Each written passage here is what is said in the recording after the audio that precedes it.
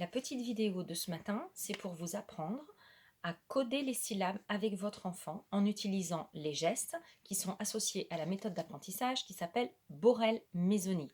Vous les trouverez n'importe où sur internet et je pense qu'ils sont aussi dans le porte-vue rouge tout au début que votre enfant devait emporter avec lui. Donc, le but de l'exercice, c'est d'aider votre enfant avec les gestes. Au préalable, faites-vous une petite fiche comme celle-ci avec un papier récupéré.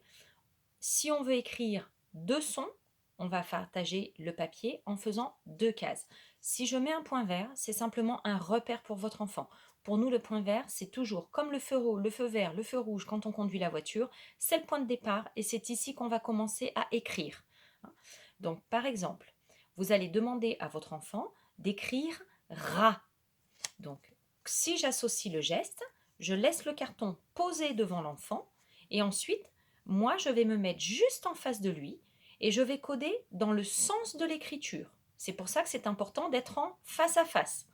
Donc, moi, je vais faire rrr, a, ra.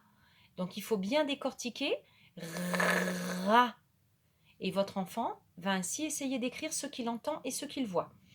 Donc, si c'est difficile, on insiste d'abord sur le premier son pour aider l'enfant à l'écrire et on peut montrer avec le doigt à quel endroit on le fait sur le papier. Donc, par exemple, ici, je vais lui dire